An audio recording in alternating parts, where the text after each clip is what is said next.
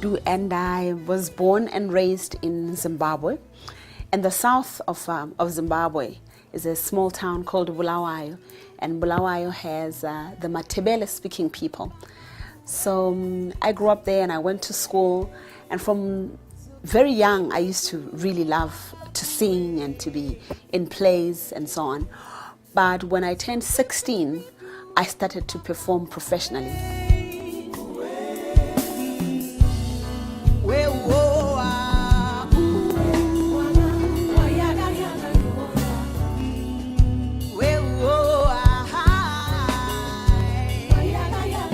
In 2001, my husband and a keyboard player decided to come up with a trio, and we wanted to find a name that was not so common, and so we decided to call it Color Blue. But after a while, the name Dudu started to grow on its own also separately, and we didn't want Color Blue to just disappear, and now it's called Dudu Manenga and Color Blue.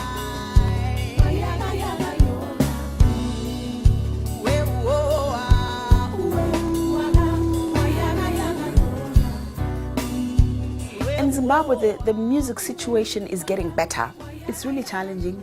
It's also even more challenging for women in performing arts because they're struggling with the culture that says, as a woman, what are you doing in front of people?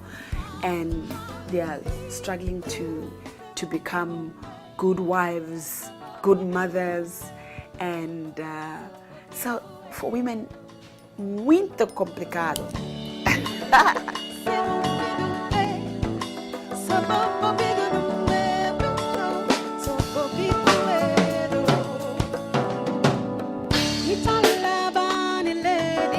The struggle for women, for me, I think started when I was a child.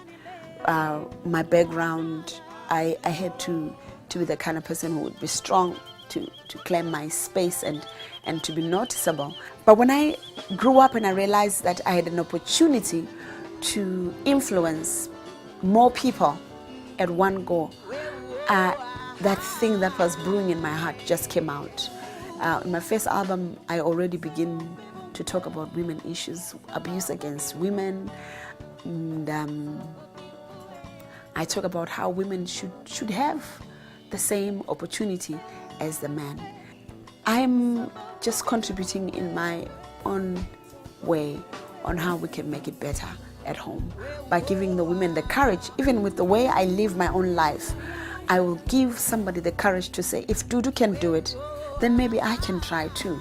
Maybe I can do it as well. We also have an initiative where we particularly are helping women in performing arts.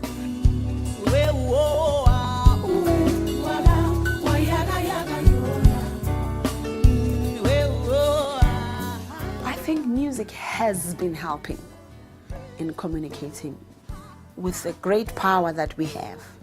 This is a line from Spider-Man. With great power comes great responsibilities. The artist is the conscience of the society because we are the people that are easily accepted by the population. I'll give you an example. Back home, there's an older woman who came up to me and said, she got a chance to talk to me, and she told me that she was in a violent relationship. When she listened to my third album, she had a song that says, create, innovate, and elevate yourself. And she decided to go back to school.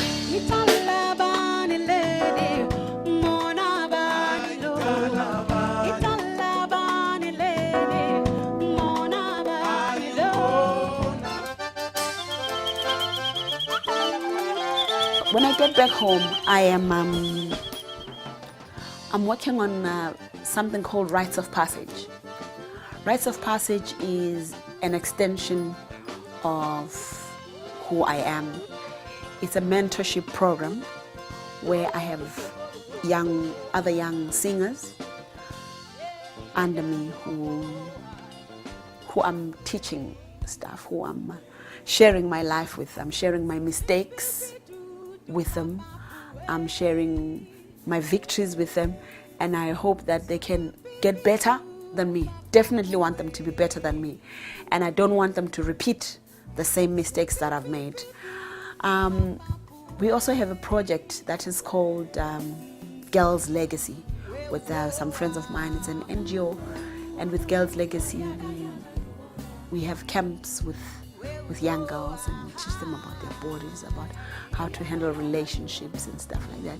So my plate is always so full. I'm trying as much as I can to use the opportunities that I have to influence as much as I can.